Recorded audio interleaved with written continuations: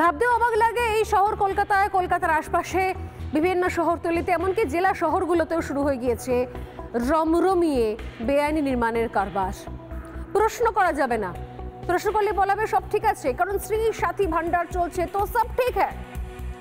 শ্রী সাথী ভান্ডার আর যাবতীয় দোষ, চুরি, দুর্নীতি মাথায় নিয়ে গায়ে যেন চামড়া গন্ডারের।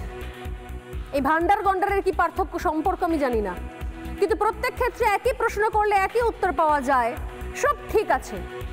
এবং যাবতীয় দায় হচ্ছে তাদের যারা পয়সার বিনিময়ে ফ্ল্যাটগুলো কিনছেন। কি অদ্ভুত বিষয়, শহর কলকাতার দক্ষিণ দিকে বাঘা যতীন, এমন নয় কি পঞ্চায়েত এলাকা, এমন নয় কি গ্রামের এলাকা, গোটা একটা এলাকা কলকাতা পুরসভার আন্ডারে, সেখানে 99 নম্বর ওয়ার্ড। সে 99 নম্বর ওয়ার্ডে একটা ফ্ল্যাট বাড়ি, 4 তলা বহুতল, হুড়মুড়িয়ে দিনে দুপুরে ভেঙে পড়লো। কি অদ্ভুত বিষয়, ভেঙে পড়ার পর তারপরে দেখতে পাওয়া গেল এলাকার কাউন্সিলরকে সামনে বসে রয়েছেন, দীর্ঘক্ষণ ধরে বাইট দিচ্ছেন মিতালি ব্যানার্জি এবং যাদবপুরের বিধায়ক দেবব্রত মজুমদার, তিনিও দীর্ঘ সময় সন্ধে পর্যন্ত সম্ভবত এখনো বসে রয়েছেন। কিন্তু প্রশ্ন হচ্ছে, এতদিন ধরে বাড়িটা হেলে ছিল একদিকে, কেন নজর পড়েনি? পুরসভার দায়িত্ব নয় নাকি দেখার? পুরসভার দায়িত্ব নয় এলাকায় কে কি বাড়ি করছে, কে কিভাবে ফ্ল্যাট করছে? গার্ডেনের নিচে একাধিক বাড়ি এরকম উঠেছিল, আপনাদের দেখিয়েছিলাম সেই সময়ের ছবি। আমাদের প্রতিনিধিরা গিয়ে বলছিলেন যে একটা বাড়ির জানলা নাকি প্রপারলি খোলে না, কারণ পাশের বাড়ির দেওয়ালে গিয়ে ধাক্কা খায়। এতটাই কম জায়গা, কম ডিস্টেন্সের মধ্যে একের পর এক বাড়ি গজিয়ে উঠেছে ব্যাঙের ছাতার মতো। এত এত অবৈধ নির্মাণ চারিদিকে, কেউ কিছু খবর জানে না, কেউ কিছু জানে না। যখন কিছু ভেঙে পড়ে তখন প্রশ্ন করি আমরা, আর তখন না তো ওই ভেঙে পড়া প্রপার্টি, ভেঙে পড়া বাড়ির ইতিহাস জানেন এলাকার কাউন্সিলর, না তো প্রমোটারের ভূগোল মনে পড়ে ওই এলাকার কাউন্সিলরের। যেরকম এখন বর্তমানে যে প্রমোটার, তাকে নাকি কেউ চেনে না, সুভাষ রায় এলাকায় প্রমোটিং করেছে, একাধিক যা বাড়ি তুলেছে, সবটাই হয়তো অধিকাংশই এরকমভাবেই 2 নম্বরই বেআইনি, কোনোটাই পুরসভার কাগজপত্র ছাড়াই রমরমিয়ে গজিয়ে উঠেছে। আর এই বাড়িগুলোর একটা খাসিয়াত, একটা বিশেষত্ব হচ্ছে বাড়িগুলো কিনতে গেলে লোন করাতে হয় না, কাঁচা পয়সাতেই হয়ে যায়। তাই যে যেখানে পেরেছে কুড়িয়ে বাড়িয়ে এদিক ওদিক থেকে 10 লাখ, 20 লাখ, 15 লাখ, 12 লাখ, 18 লাখ দিয়ে বাড়ি ফ্ল্যাট বুক করে নিয়েছে। এখন দেখতে পাচ্ছে বাড়ি হেলে যাচ্ছে, হয় ডাঁয় বা বাঁয়। সেই বাড়ি হেলতে হেলতে ভেঙে পড়লো আজকে। কিনা মেরামতির চেষ্টা নাকি করা হচ্ছিল। এরকম প্রযুক্তি রয়েছে, হেলা বাড়িকে সোজা করানো যায়। সেই প্রযুক্তির নাকি আশ্রয়ও নিয়েছিলেন এই ফ্ল্যাটের আবাসনের লোকজনেরা, কিন্তু সেই প্রযুক্তি ব্যবহার করার সঙ্গে সঙ্গে বাড়ি ভেঙে পড়ে। কারণ যেটা জানা হয়নি, যে বিষয়টা বোঝানো হয়নি, প্রযুক্তি সেই সময়তেই কাজে লাগে, টেকনোলজি সেই সময়তেই কাজে লাগে যদি আগের টেকনোলজিটা ঠিক থাকে, যদি ঠিকঠাক একটা স্ট্রাকচার হয়।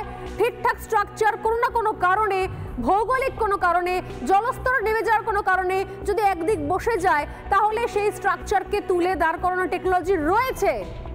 কিন্তু যে স্ট্রাকচারটাই 2 নম্বরই, সেখানে যতই বড় টেকনোলজি আপনি প্রয়োগ করুন না কেন, যত বড়ই কোম্পানি নিয়ে এসে তার জগ দিয়ে হোক বা মগ দিয়ে হোক তুলে ধরার চেষ্টা করুক না কেন, সে বাড়ি দাঁড়াবে না, এরকম তাসের বাড়ির মতো ভেঙে পড়বে।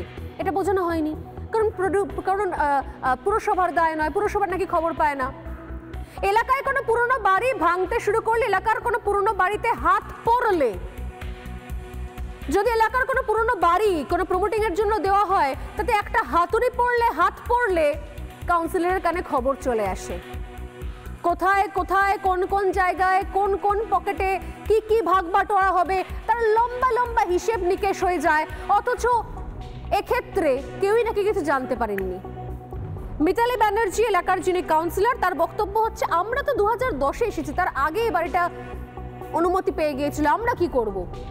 কিন্তু ঘটনাচক্রে 2010-এই ওই বাড়ির কাজ শুরু হয়েছিল, 2014-য় বাড়ির কাজ শেষ হয়েছিল, 2015-য় বাড়িতে লোকজনেরা ঢুকেছেন। এই পাল্টা প্রশ্ন মিতালি ব্যানার্জিকে করা হয়নি। আমি জানি না করলে তিনি কি উত্তর দিতেন। আর এই প্রশ্নটাও করা হয়নি যিনি কাউন্সিলর 99 নম্বর ওয়ার্ডের মিতালি ব্যানার্জি, যিনি বসে বসে এতক্ষণ ধরে বক্তব্য রাখছেন যে সমস্ত কিছু নাকি বাম আমলে হয়েছে। তাহলে তৃণমূল আমলটা কি করছে? তৃণমূল আমলে এই কসবা, এই গার্ডেন রিচ, এই দমদম এগুলো কোথা থেকে গজিয়ে উঠছে? আর দ্বিতীয়ত সবথেকে গুরুত্বপূর্ণ কথা, মোস্ট ইম্পর্টেন্ট, যেখানে মুখ্যমন্ত্রী নিজে বলছেন যেখানে যেখানে বেআইনি নির্মাণ হয়েছে, যদি বেআইনি হয়ে থাকে তাহলে তা ভাঙার বন্দোবস্ত করে, সেগুলোকে মেরামতের বন্দোবস্ত করে সেগুলোকে সরাও।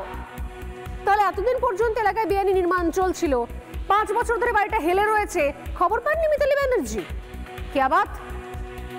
শুধু তাই নয়, আরো অনেক রয়েছে, আরো অনেক তথ্য। আমি এক এক করে লম্বা একটা তালিকা নিয়ে এসেছি আজকে, অনেকগুলো কাগজপত্র নিয়ে এসেছি এবং সেগুলো একটা একটা করে তুলে ধরবো যে আসলে শহর কলকাতা, কলকাতা সংলগ্ন এই কসবা, এই দমদম, এই হাওড়া, এই বেহালা, বিভিন্ন প্রান্তে এবং দক্ষিণ কলকাতা, আরো যত দক্ষিণ কলকাতা ছাড়ি যত দক্ষিণ দিকে আরো যাবেন তত বেশি ভয়াবহ।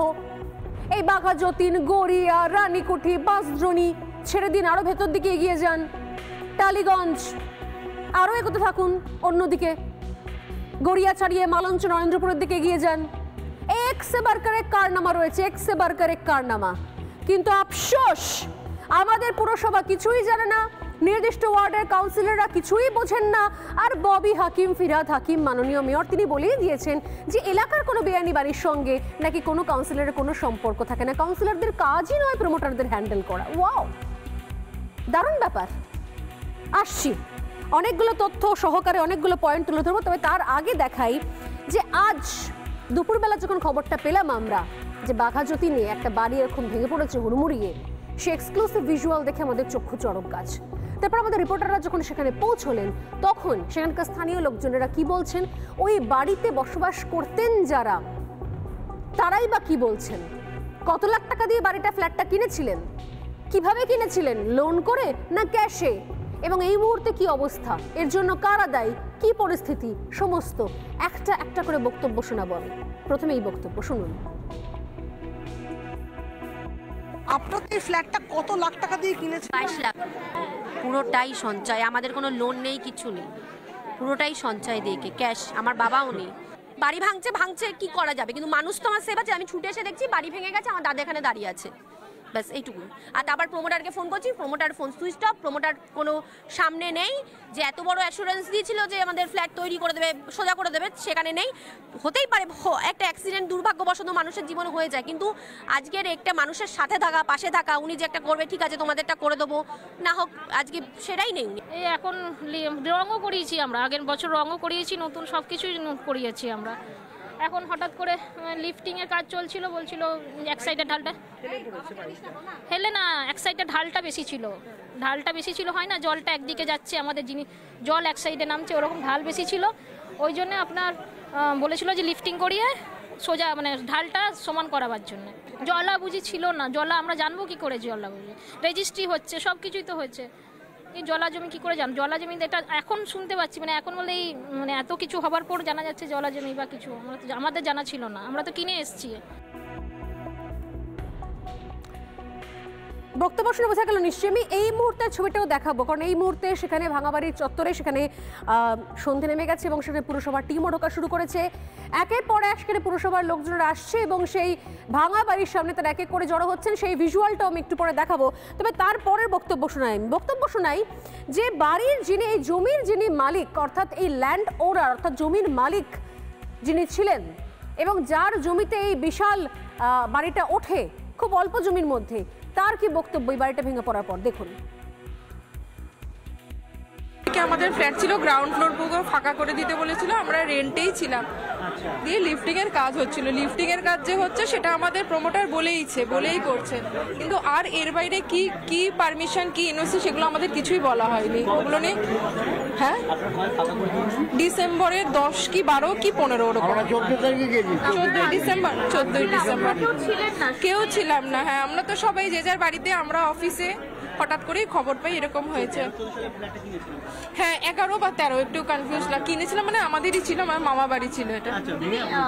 প্রমোটারের নাম সুভাষ রায়। হ্যাঁ, ফোন পাওয়া যাচ্ছে না, ফোন ওনার সুইচ অফ। বাঘাযতীনেই শুনেছি উনি থাকেন, লোকাল উনি। আচ্ছা, আজকে কটার সময় ভেঙে পড়লো? 2:30 না দিদিভাই, 2:30 3টে ওরকম। হ্যাঁ ওরকম। নানা ধরনের কন্টেন্ট দেখার জন্য লাইক করুন, শেয়ার করুন আমাদের ফেসবুক পেজ, সাবস্ক্রাইব করুন আমাদের ইউটিউব চ্যানেল। পাশাপাশি অন্যান্য ব্রেকিং নিউজের জন্য অবশ্যই চোখ রাখুন রিপাবলিক বাংলায়।